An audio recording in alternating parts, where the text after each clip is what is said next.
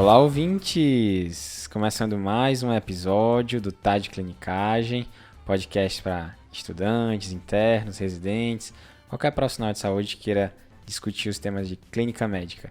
Eu sou o Iago Jorge. Eu sou o Rafael Coelho. E eu sou o João Mendes. Boa! O pessoal parece que tá rolando um curso aí, Rafa? Tem que saber qual o fuso horário desse curso aí, né, Iagão? Ah, O cara que tá fazendo o curso tá lá em Boston, é isso? boa! É Aonde isso ele aí. tá, cara? Boston? Meu Deus Já do foi céu. lá, Rafa? Cara, eu fui fazer um passeio lá em Boston ano passado, fazer um curso lá com o Pedrão. Em Harvard foi muito bom. Olha o cara. A companhia não foi muito boa, mas o curso foi bom. Ele ronca, é? Ah, ele ronca. Eita, isso aí vai ser cortado. Exatamente, Rafa. Tá rolando um curso de valvopatias, é uma parceria nossa do Tá de Clinicagem, com o Anderson Cardoso, médico formado aqui no Brasil, que fez a residência lá nos Estados Unidos. Atualmente ele mora lá e tá fazendo um fellow lá em Harvard. Olha só, hein? Rapaz, E- internacional. Nós, do Tá de Clinicagem, o Anderson e o pessoal da Med Simple. Então a gente bolou esse curso em conjunto, composto por aulas, casos clínicos, questões de residência e muito conteúdo também no Instagram. Então confiram os 3 perfis, vocês não vão se arrepender. Qual é o arroba dele, do MedSimple aí, Iago? É @medsimple com underline no final. E o do Beleza. professor Anderson é o @intensivo de ECG. E o nosso? Arroba tá de clinicar. Ah, garoto. Esse eu sei. Nota 10. Então vamos ter 2 aulas com o professor Anderson, que elas vão ao ar no dia 26 de novembro. Eu não sei quando é que você está escutando esse episódio, mas se você estiver escutando próximo ao lançamento, você ainda vai conseguir se inscrever, principalmente para a segunda aula. 26 de novembro de 2020, né? De repente o pessoal tá ouvindo a gente em 2030, né? Olha Quem só. sabe? Já pensou? Então, a primeira aula foi ao ar dia 26 de novembro, uma aula ao vivo. A segunda aula vai ser no dia 3 de dezembro. A gente está lançando esse episódio no dia 2. Então, você está escutando esse episódio no dia, você consegue ainda se inscrever no curso e conferir tanto a primeira quanto a segunda aula. E além desse episódio, vai ter umas surpresas no perfil da Med Simple. Rapaz, o negócio é profissional, hein? Então quer dizer que ele vai dar essa aula lá no frio, né? Que deve estar já um frio do cão e a gente aqui nesse calor aqui, sem camisa, suando. O clima tropical brasileiro. Eu não entendo o clima nem aqui de São Paulo, que dirá dos Estados Unidos, cara. Hoje acordei com frio, depois eu fiquei com calor meio-dia, aí choveu e do nada parou. São Paulo é um problema. Falam do Rio, que lá é quente, a gente morre de calor, mas lá tem ar-condicionado.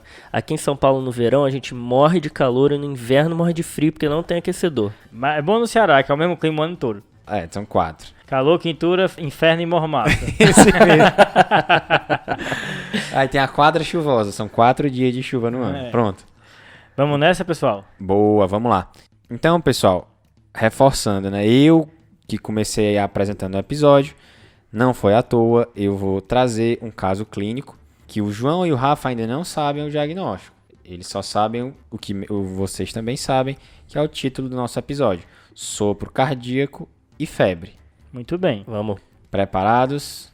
Manda brasa. A gente incentiva, pessoal, que vocês façam pausa em cada informação nova que o Iago fornecer, para você também pensar o que você faria se você estivesse aqui, o que você falaria, tentar simular se fosse uma situação real, que aí o seu aprendizado vai ser muito maior. O Iago passou pra gente que vão ser 3 blocos de informação, né, Iagão? É isso aí. Vamos pro primeiro, então? Bora. Esse caso, pessoal, só pontuando, ele é um caso extraído do New England, tá? Vamos lá. É uma paciente de sexo feminino, de 28 anos, sem nenhum antecedente patológico, sem uso de medicações de uso contínuo, que comparece ao pronto-socorro com queixa de fadiga e dores nas articulações há uma semana. Inicialmente, ela notou dor e edema no pé e no tornozelo direitos, que inclusive limitavam a marcha dela, ela tinha dificuldade para andar. Esses sintomas duraram alguns dias e melhoraram espontaneamente. E aí surgiu dor em ambos os joelhos, nos quadris, juntamente com dor e edema no cotovelo direito. Além disso, ela referiu também uma sensação febril que ela não chegou a medir. Ela é natural do Brasil Opa! e procedente dos Estados Unidos há 10 anos. Olha o Brasil aí, hein? Ela trabalha como professora de pré-escola, negou relações sexuais, negou sexarca, Não tem história de alcoolismo, nem tabagismo, nem uso de drogas intravenosas. Negou o uso de quaisquer medicações nos últimos dias e não tinha nenhuma alergia a nenhum medicamento. Quando ela chegou no pronto-socorro, os sinais vitais, ela estava febril, uma temperatura de 38,3, taquicárdica, uma frequência cardíaca de 120, frequência respiratória de 18, PA 116 por 80, saturando 95% em ar ambiente. O exame físico articular, ela tinha dor articular difusamente em todas as articulações e não foi visto, não foi evidenciado nem edema, nem hiperemia. A amplitude de movimento era normal. O restante do exame físico, cardiovascular, pulmonar, abdominal e neurológico, foi normal. E aí, pessoal? Oi, Agão, tem certeza que esse episódio é de sopro cardíaco com febre, cara? Eu ia mandar essa, o cara me chama pro episódio de febre, sopro e não tem sopro, pô. Parece que é o episódio 51 de poliartralgia. Que fui eu que apresentei, né? Episódio muito bom, por sinal, hein? Com o grande Dr. Edgar Reis. Ele mesmo. E já puxando uma coisa desse episódio, né? Dr. Edgar, lembro que ele deixou como desafio a doença que causava artrite em tornozelos, né? Que é a sarcoidose aguda, né? E essa paciente tem queixa de tornozelo, né? A doença dela começa no tornozelo e depois migrou, né? Parece assim. Se a gente comprar, né, Rafa, como uma artrite, vai ser uma poliartrite migratória, mas ao exame, pelo que o Iago relata, não parece uma artrite, né? Exatamente, bem lembrado, João, porque a gente comentou isso no episódio lá também, que a artrite é um achado do exame físico. Por mais que a história possa ser sugestiva de artrite, você tem que achar sinais ali de que tem derrame articular. E não é o caso dessa paciente, ela tem uma artralgia.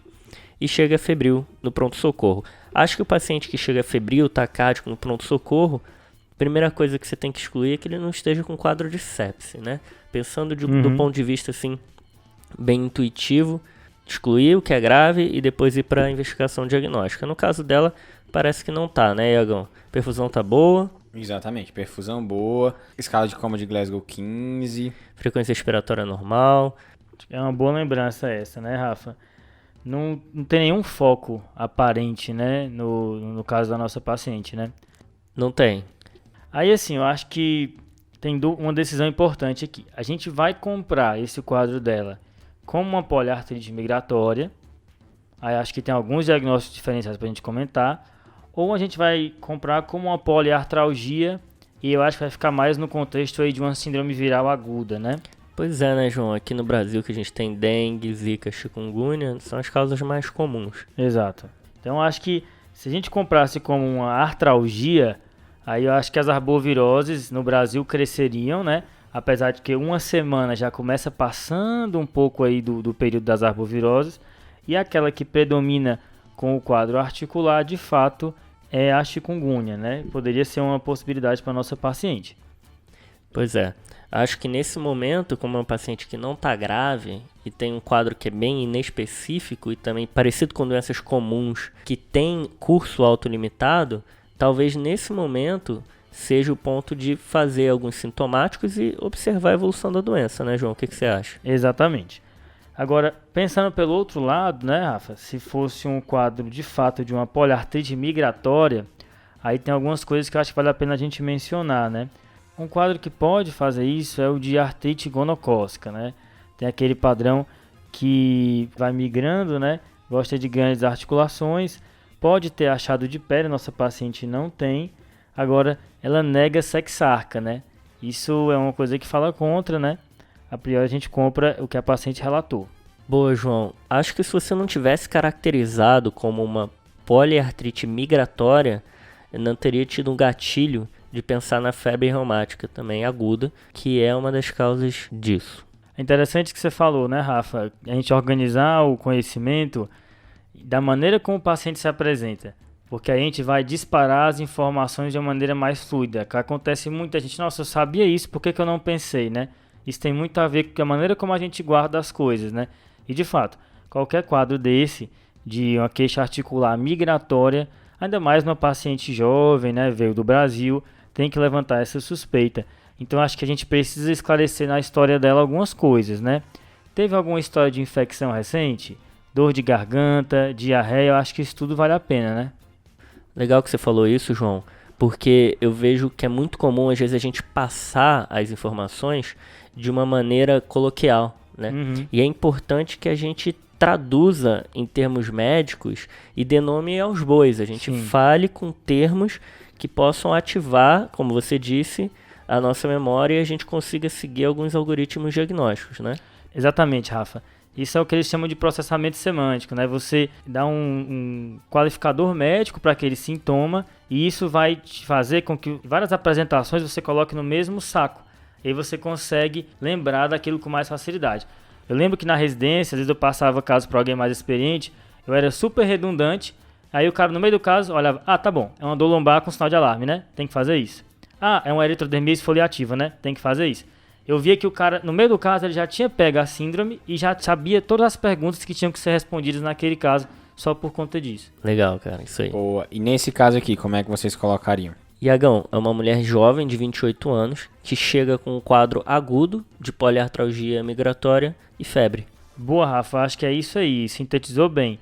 E não sei, acho que além de perguntar se ela teve algum quadro infeccioso recente, tipo dor de garganta, diarreia, valeria a pena alguma outra elucidação aí? Acho que eu gostaria de saber se ela já teve esse quadro semelhante no passado.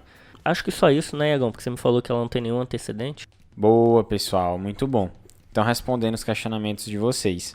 Ela negou quaisquer quadros infecciosos nos últimos dias, negou tosse, negou dor de garganta, e ela também negou quadros semelhantes anteriormente.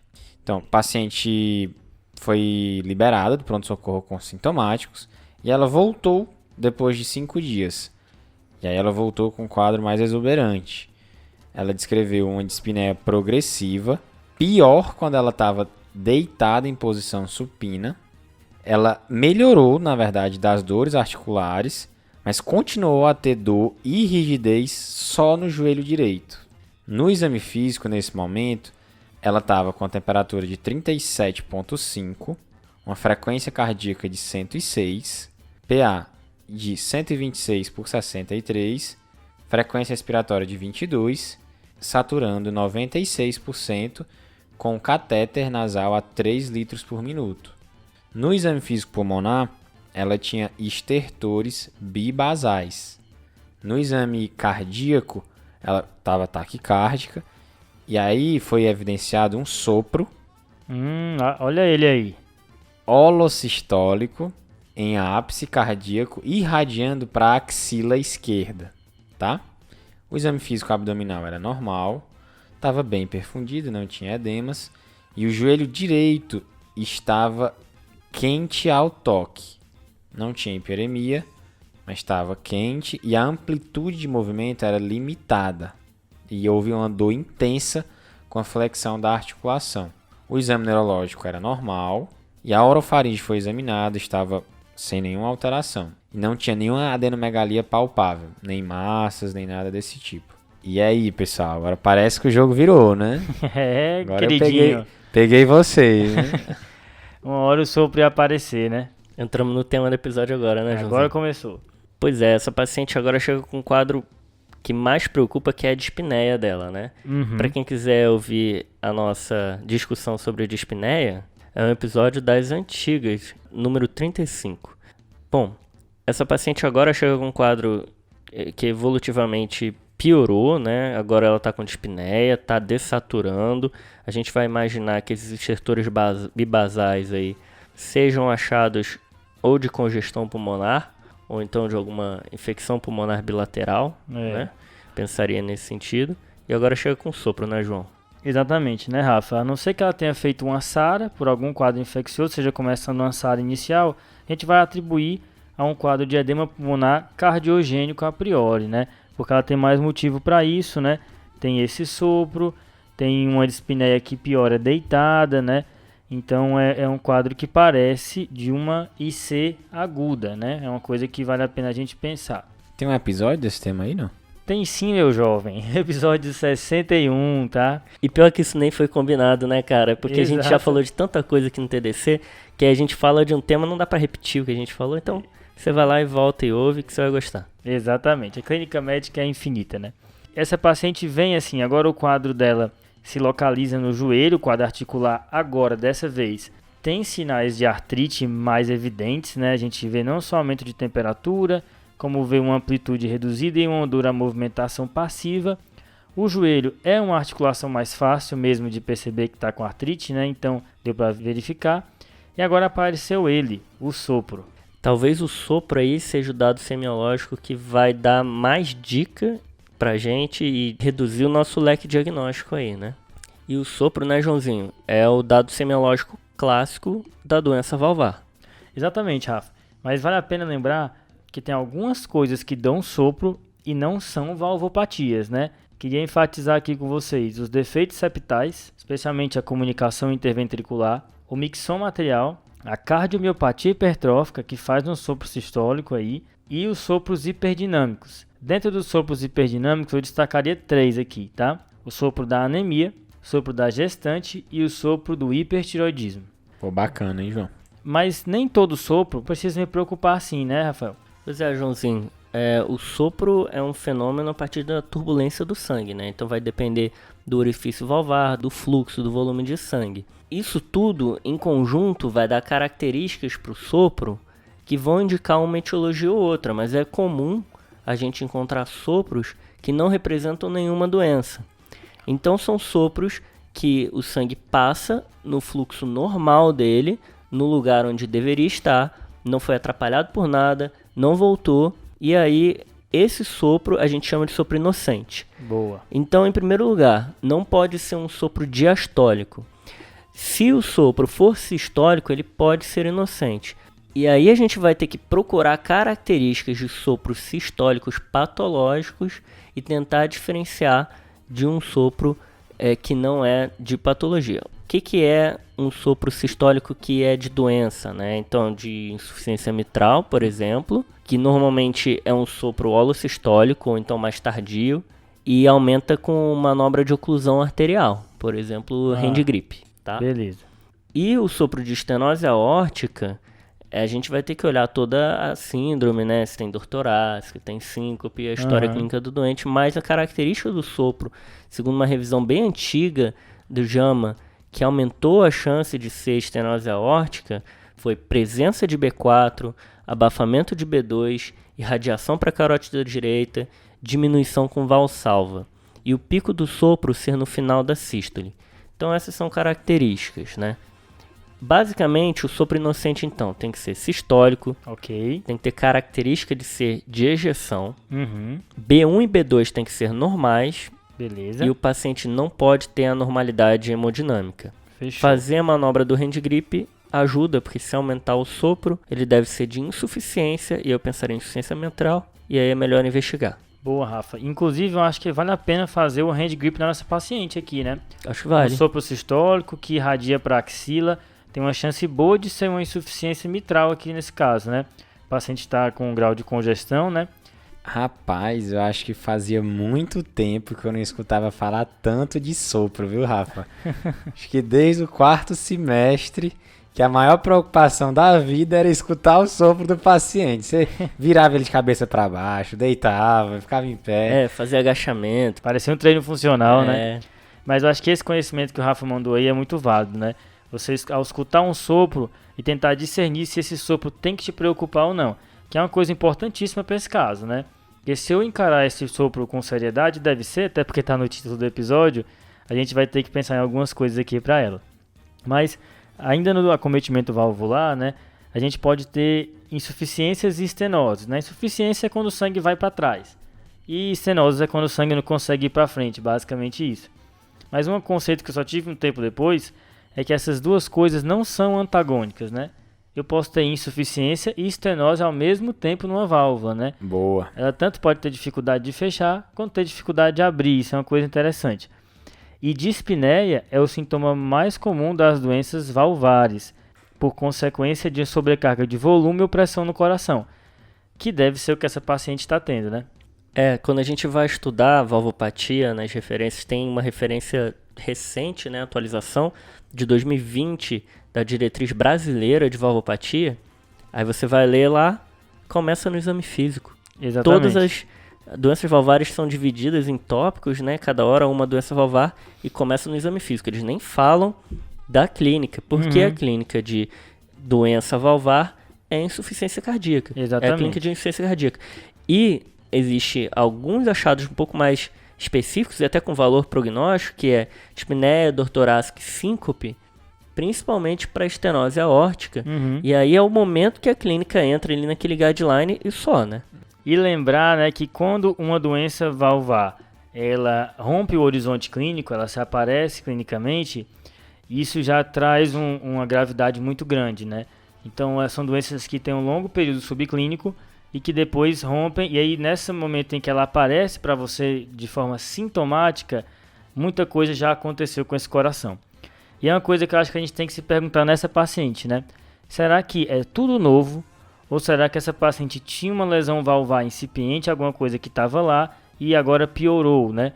Piorou ou porque a doença em si piorou ou porque algo foi lá e se aproveitou de uma coisa que não estava muito bem. O primeiro exame físico dela indica que o sopro é novo. Exato, mas no corre-corre do PS ali, né, às vezes o sopro passa batido. Isso aí, assim, é bem desculpável, às vezes um sopro menor ali passar batido, né? E às vezes não tem nem concordância entre médicos. Tem estudo que mostra que a concordância de tem um sopro sistólico varia ali entre 70% a 80%, mesmo para cardiologistas e não cardiologistas. Então nem todo mundo concorda com o mesmo achado do exame físico. Beleza, mas pensando num sopro que representa uma doença valvar, essa doença valvar ela pode ser primária ou secundária, né? A doença valvar primária, a principal causa no Brasil, infelizmente, ainda é a reumática, né? Infelizmente porque é uma causa prevenível e ainda é muito comum no nosso país. Uma coisa que é importante, né? Existe a febre reumática aguda e existe a cardiopatia reumática, certo? A cardiopatia reumática é uma sequela de episódios de febre reumática que uma pessoa teve e esse coração vai evoluir aí com o passar dos anos, com fibrose, encurtamento de estruturas, até gerar uma estenose, muitas vezes mitral, mas outras válvulas também podem ser acometidas.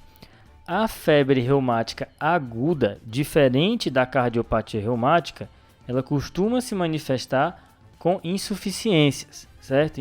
Em geral, o paciente tem uma pancardite, inclusive pericardite também. Miocardite, isso. Mas o acometimento valvar costuma ser de insuficiência. Então, isso é uma coisa interessante de enfatizar, certo? Aqui, febre reumática aguda, mais insuficiência, cardiopatia reumática, mais estenose. Boa. E aí tem um achado que é a fusão comissural, quando as bordas da válvula começam a se fundir, certo? Isso é patognomônico dessa doença. Tem também, João, quando a gente for olhar causas comuns aí da gente encontrar doença valvar, as causas degenerativas valvares, que são também chamadas de ateroscleróticas, justamente porque tem relação com os fatores de risco da aterosclerose. No paciente que tem isso, ele tem um risco cardiovascular aumentado porque deve ter coronária também com aterosclerose. Sim. É mais comum nos idosos, não tem uma prevalência baixa não, sabe? Vai de 3 a 5% da população acima de 75 anos no caso da estenose aórtica, segundo essa diretriz aí brasileira, e pode também acometer a válvula mitral, dando estenose mitral. E aí um achado em que excluiria isso é a fusão comissural. Se aparecer, a gente vai pensar em reumático. É a valvopatia mais comum nos países desenvolvidos, né? Que a febre reumática já não é um problema tão importante, né? Boa. Ainda em degeneração, né? Você pode essa degeneração calcífica, senil, mais comum na válvula aórtica, gerando estenose no idoso, mas também a gente pode ter uma degeneração mixomatosa, gerando aí o prolapso mitral, que em alguns casos pode evoluir com insuficiência aí no paciente mais novo, né? Então vale a pena também sublinhar essa causa aí.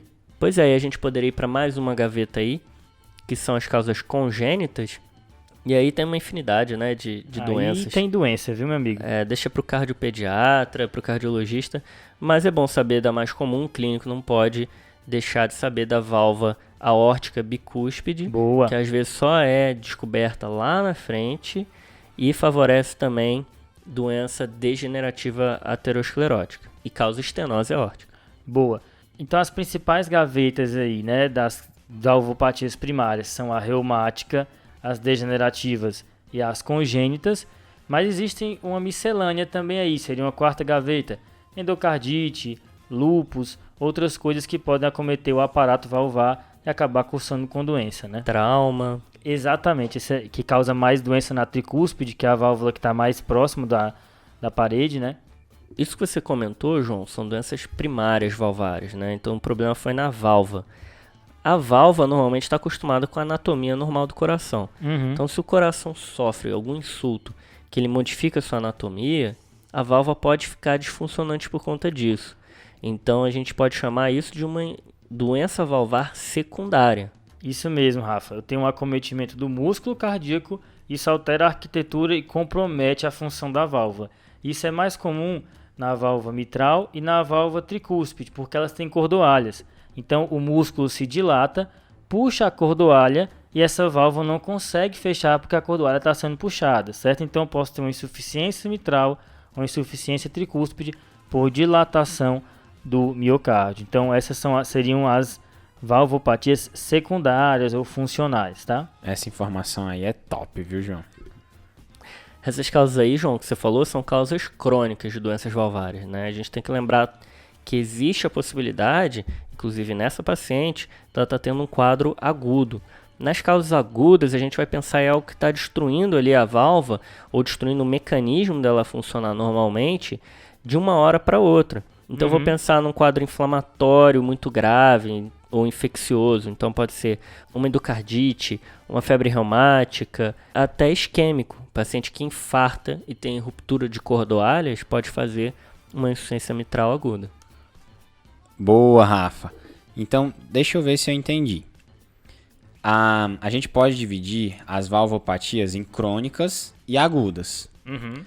Pegando a chave das crônicas, a gente pode dividir em primárias e secundárias.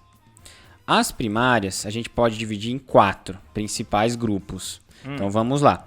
A cardiopatia reumática, classicamente que cursa com estenose mitral. As causas degenerativas, que cursam com calcificação, principalmente da estenose aórtica. E a mixomatosa, que causa classicamente uma insuficiência mitral. O terceiro grupo inclui as causas congênitas, né? Aí já desde o nascimento. E o quarto grupo é o famoso outros, né? A miscelânea. É isso aí. E aí, essas são as causas primárias, com acometimento direto, né, primário da válvula. E aí nós temos as causas secundárias, que é basicamente as causas em que o miocárdio dilata e aí a válvula fica frouxa, que classicamente cursa com insuficiência mitral e insuficiência tricúspide, né? Isso mesmo. Essas foram as causas de valvopatias crônicas. Já no grupo de valvopatias agudas, vocês citaram 3 causas. Isso. Um surto agudo de febre reumática, que geralmente cursa com uma insuficiência mitral, ao contrário da cardiopatia reumática crônica, que é uma estenose mitral. Isso. Vocês citaram também uma endocardite e uma valvopatia isquêmica, né, no contexto de uma ruptura de cordoalha. Lembrar que tem outras causas também, mas essa foi a que nós abordamos aqui no episódio. Isso aí, Iago, boa. Então, acho que, voltando para o nosso caso, né, a gente tem que se perguntar, será que essa paciente tinha uma doença valvar que estava correndo ali subclínica e se exacerbou agora, ou é tudo agudo, né? Aqui, pensando se ela tivesse alguma doença subclínica que agora piorou, seria, no caso, uma cardiopatia reumática que talvez esteja sofrendo um surto agudo, né? A gente tem alguns elementos para isso, né, Rafa, aqui. No caso, a poliartrite migratória, o quadro de febre que ela teve, né? E esse acometimento de válvula mitral, que é uma coisa que chama a atenção, além do fato dela ser brasileira, que é sempre uma comorbidade. Mas pode ser que seja tudo agudo também, né? Pode ser que seja tudo agudo. Então, pensando em causas que juntam doença valvar e febre, pode ser inclusive também um caso de febre reumática, mas aí um primeiro episódio agudo, ou endocardite, e outra causa que é mais rara e que dá também febre e doença valvar é a síndrome carcinoide. Olha o cara. Ela é causada por tumores neuroendócrinos, que antigamente eram chamados de carcinoide, que produzem substâncias, ali, serotonina, alguns peptídeos vasoativos, que podem causar lesão valvar, principalmente da tricúspide e insuficiência tricúspide. Esses tumores são mais raros, eles normalmente estão em trato gastrointestinal, mas pode estar em pulmão também. Vão principalmente do jejum no hotel cólon ascendente, pode até estar em apêndice. Eles só fazem esse quadro cardíaco quando essas substâncias conseguem passar do fígado, porque quando eles são produzidas, o fígado limpa essas substâncias e aí não atinge o coração. Então, como que faz para passar essa barreira do fígado? Metástase para o fígado. Boa. E o que metástase no fígado dá? Febre. Então, talvez esse paciente possa ter um tumor carcinoide que tenha febre e doença valvar. É claro que se fosse uma síndrome carcinoide, esse paciente teria outros achados, flushing, telangiectasia, diarreia secretória, poderia ter broncoespasmo. Então, assim, é a última hipótese para mim diagnóstica. Mas outra causa de insuficiência aguda que você mencionou é a isquêmica, que eu acho que para esse caso não se aplica tanto, né? A não ser que ela dor torácica não foi uma coisa que marcou o quadro, né? Então, é uma hipótese fraca. Então agora a gente imagina que seja ou febre reumática ou endocardite infecciosa, é isso? Eu acho que sim, né? Numa paciente jovem com um quadro de batendo em 2 semanas de febre, um sopro que é novo, né? E uma clínica de congestão pulmonar, uma insuficiência cardíaca aguda, ainda mais com esse quadro articular, são as 2 hipóteses mais fortes aí pra gente, né, Rafa? Isso aí. Então, pensando em endocardite, a gente tem que lembrar dos critérios diagnósticos de endocardite, são os critérios de Duke, que a gente vai ter 2 critérios maiores, que são cultura, então hemocultura com um bicho que seja sugestivo de endocardite, seja típico de endocardite, ou acometimento ecocardiográfico positivo para endocardite, vegetação, abscesso ou uma insuficiência valvar nova. Boa. Os critérios menores, predisposição do paciente, então usuário de droga, doença cardíaca predisponente, febre, fenômenos vasculares, fenômenos imunológicos e aquela evidência microbiológica, aquela hemocultura que não fechou no critério maior, entra como critério menor. Aí fecharia endocardite no caso de 2 critérios maiores, ou 1 maior e 3 menores, ou 5 menores. Beleza, então a gente vai ter que pedir aí um eco, né? Já de cara, esse sopro novo, ainda pensando nos critérios de Duke. Hemocultura, ela vai ganhar também. Sim. E a gente tem que procurar fenômenos imunológicos, né? Acho que ela merece um fundo de olho, merece um exame de pele detalhado, uma urina... Olhar a unha, olhar a pele direito, olhar a planta do pé, palma da mão. Uma urina 1 também, às vezes vem uma hematúria. Por conta de glomerulonefrite, né? Exatamente. Examinar direitinho o baço, ver se não tem esplenomegalia, que é um achado raro ali, vai 10, 20%, mas aparece. O eletrocardiograma aqui também ganha força. Lembrar que a endocardite pode erodir algumas estruturas e causar bloqueios, bloqueio de ramo, bloqueio atrioventricular, então é algo que tem que ser solicitado também. E quando acontecer isso, inclusive, tem indicação cirúrgica. Exatamente. Agora, pensando na nossa outra hipótese diagnóstica, numa febre reumática aguda, a gente tem os critérios de Jones, né? Os critérios Jones? Não é o John Jones, mas é o Jones, tá? E aí a gente tem 5 critérios maiores, que são a cardite, né, ou valvulite, que pode ser subclínica também, nem sempre ela aparece, está presente em 50% a 70% dos casos. A artrite, que normalmente é poliartrite migratória. A coreia de Sydenham, né? Os nódulos subcutâneos e o eritema marginado. E os critérios menores, que são 4. A artralgia, febre, marcadores inflamatórios elevados, PCR e VHS e um prolongamento do PR no eletrocardiograma, tá? Para fechar o diagnóstico, a gente precisaria então de 2 critérios maiores ou um maior e 2 menores. Fazendo a lembrança aqui, que em 2015 teve uma revisão dos critérios e eles dividiram em cenários com alta prevalência e baixa prevalência, né? Nossa paciente está nos Estados Unidos, mas ela é brasileira, então ela vem de um cenário de alta prevalência. Nos cenários de alta prevalência, a gente tem que fazer alguns ajustes nesse critério, que seriam 4. Que ajuste? São 4, hein? O critério maior de artrite, num cenário de alta prevalência, eu considero não só a poliartrite, mas a monoartrite também. beleza? O critério menor de envolvimento articular, eu considero também a monoartralgia e não só a poliartralgia. Legal. O limiar para eu considerar febre, em vez de ser 38,5, é 38. Eu incluo mais pacientes, né? Sou mais sensível. E o corte de provas inflamatórias muda. Em vez de ser 60 no velocidade de hemossedimentação, a VHS, vai ser de 30. E a PCR não muda nada, é de 30, como era no critério de baixa prevalência também. Então os cortes todos mudam para aumentar a sensibilidade, porque tem maior prevalência. Exatamente. A ideia é não deixar passar alguém com febre reumática no cenário de alta prevalência, beleza? Eu acho que todo critério clínico ele é feito para a gente conseguir estudar e ter uma população bem homogênea quando a gente faz os trabalhos, né? A gente precisa ter uma visão de que existem casos mais atípicos. Quanto mais prevalente a doença, mais casos atípicos vão aparecer.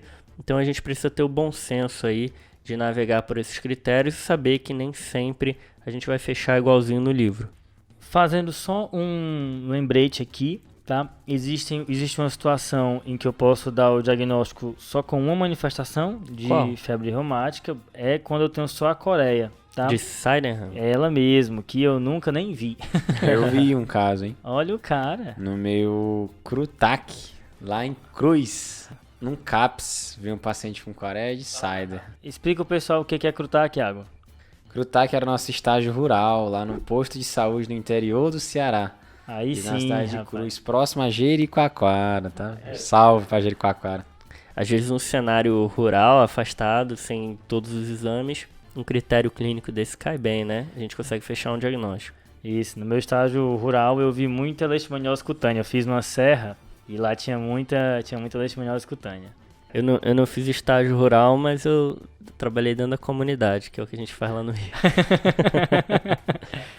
E além da coreia, só outras exceções. Às vezes o paciente pode ter uma cardite indolente, que evolui como única manifestação meses depois da infecção pelo Streptococcus do grupo A, certo?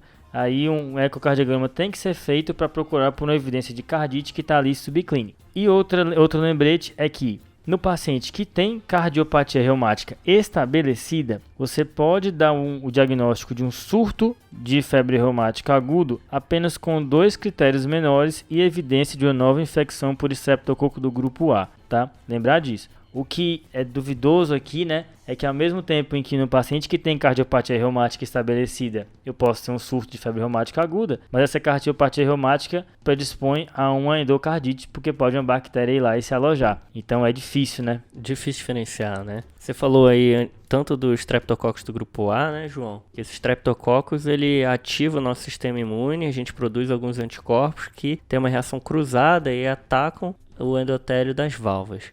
Então esse que é o mecanismo, normalmente acontece 2 a 4 semanas da infecção bacteriana, que costuma ser ali na orofaringe. E eu acho que o Iago omitiu essa informação para dificultar a gente aqui.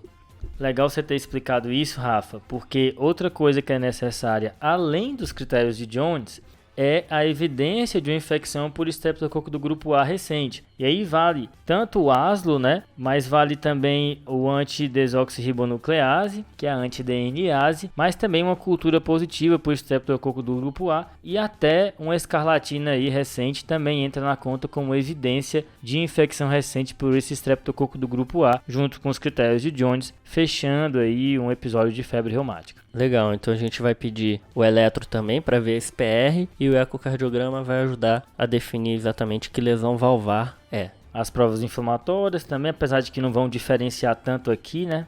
Não vão, mas VHS-PCR vai ter que pedir. Uhum. E eu acho que a gente não pode esquecer das hemoculturas. Exato. E aí tem a polêmica se a gente já dá uma paulada de antibiótico ou não, né? Mas eu acho que o importante é colher a cultura antes. Não tá séptico, acho que não tem tanta urgência, mas acho que na prática talvez eu começasse. É bem provável que seja começado, mas só marca que como ela não está num extremo, dá para ter um pouco de calma, coletar essa cultura e aí pensar se vai começar, se não vai começar. E se decidir por começar, qual cobertura vai ser feita, né? E se quiser entender como coletar essa hemocultura, a gente também tem um episódio do TDC Lab de hemocultura, que é o episódio de número 33. Boa! Vamos citar toda a biblioteca do TDC aqui. Iagão, você tem isso aí que a gente pediu, cara? Boa, pessoal. Muito boa a discussão. Tenho sim. Manda brasa. Então vamos lá. Voltando à história, aquele momento, né? Tá ficando clássico nos episódios de caso, né? O cara vai lá, omite uma coisa, e aí depois ele... Solta Voltando à história, maior cara de Revisitando. pau, com questionamentos adicionais,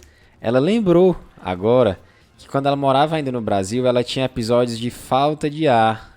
Ela tinha falta de ar com muita facilidade quando era criança e não conseguia brincar com as outras crianças. Isso era bronquite, rapaz. Isso é clássico, né? Você vai lá, colhe a história, passa, aí vem o seu chefe, colhe a mesma história e o paciente dropa uma informação que resolve o caso. Isso daí é clássico. Acontece nas melhores famílias. Foram pedidas hemoculturas, foi decidido entrar com antibiótico nesse caso, foi prescrito vancomicina isoladamente.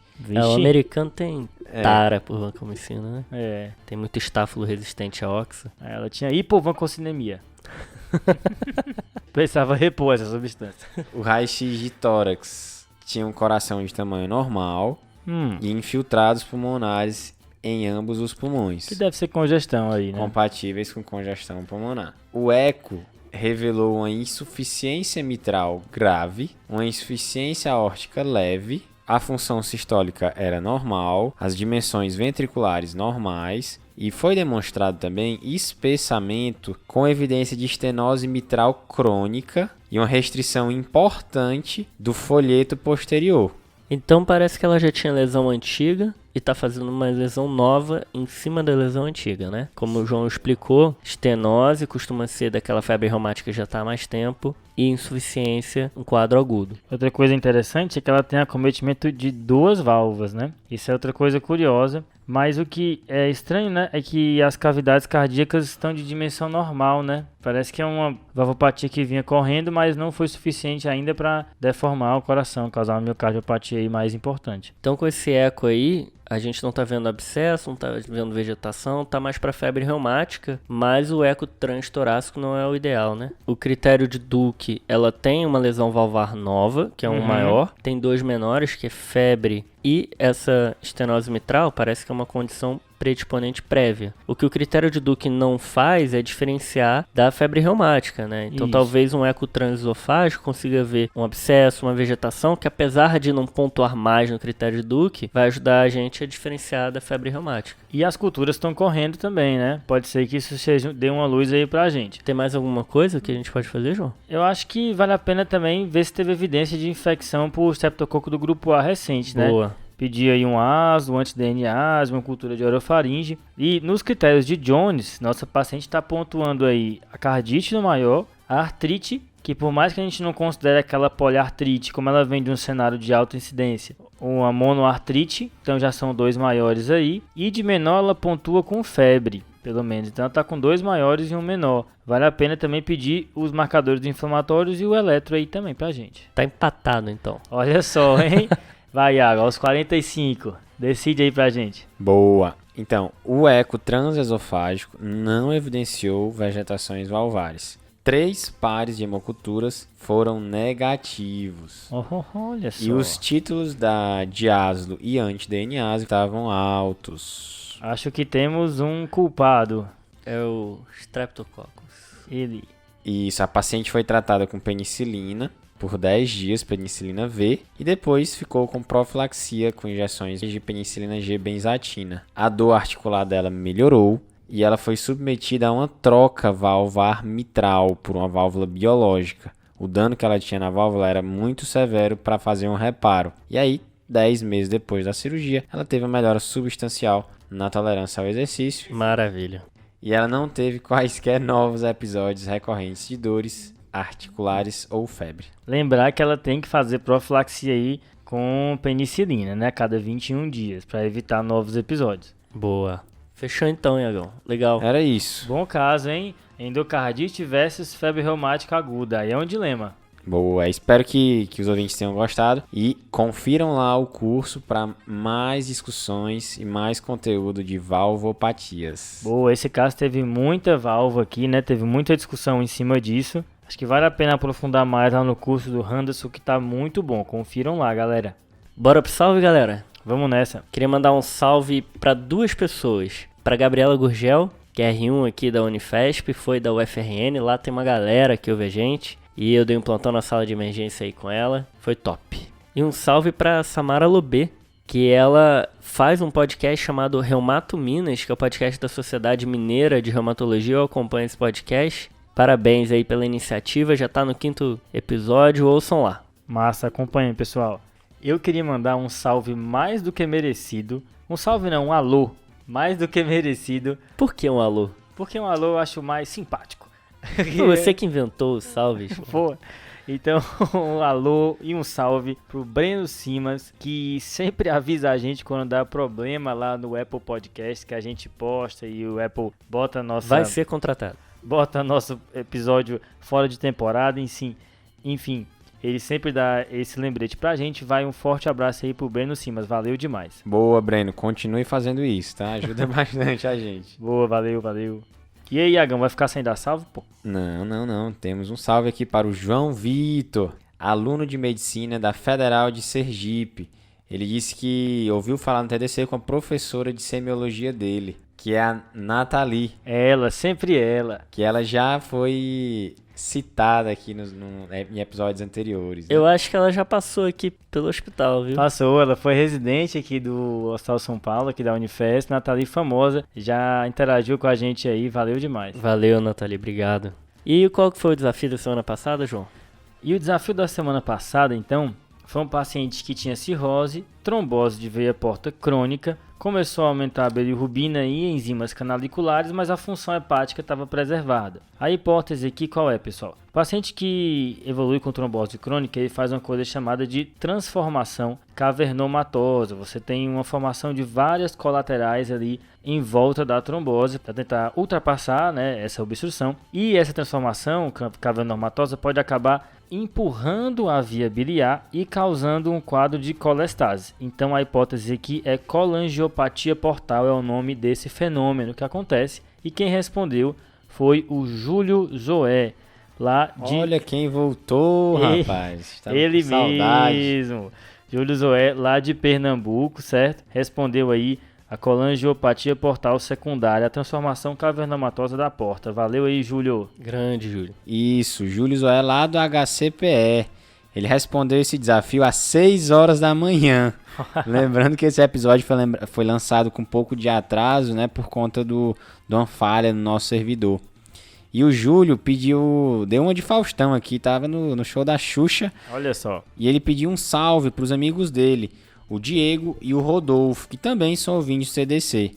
Além deles, ele pediu salve também para todos os doutorandos lá que rodaram com ele na clínica médica do HC da UFPE. Fazendo o filme, hein?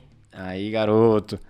Espalhando a palavra aí, o Júlio Zoé. E ele disse que é um dos ouvintes do DC, que também é ouvinte dos Barões da Pisadinha. Esse grande grupo aí de ouvintes do TDC e ouvintes do Barão da Pisadinha ao mesmo tempo. Valeu demais. Eu conheci o Barão da Pisadinha através do João, que ele põe uma música no modo de repetição a noite inteira aqui em casa. Desse jeito. É pra animar, rapaz. E também um salve para quem acertou, o Matheus de Oliveira, da Clínica Médica do HC da USP Ribeirão. Um abraço, Matheus. Valeu, Matheus. Um abraço aí. E o desafio dessa semana vai ser esse, hein, pessoal? Você está escutando um paciente no contexto de investigação de síncope e você escutou um sopro que parece de estenose aórtica, deitado. Mas aí quando você levanta o paciente, você escuta ele de novo, esse sopro aumentou. Vixe. O que pode ser então, hein? Fica aí de desafio para essa semana, beleza? Lembrando aí de seguir o Tá de Clinicagem nas redes sociais, lá no Instagram, segue a gente também no Twitter, tá? Nos dois é @tadeclinicagem, interage com a gente, manda lá um direct. Se quiser mandar por e-mail também, tem o tadeclinicagem@gmail.com. Não esquece de seguir a gente também no seu agregador de podcasts favoritos, para sempre estar ligado quando os episódios são lançados. A gente tá no Spotify, no Apple, em vários aí, no que for da sua preferência, beleza? É isso? É isso aí. Fechou, hein? Valeu, Fechou. valeu, falou.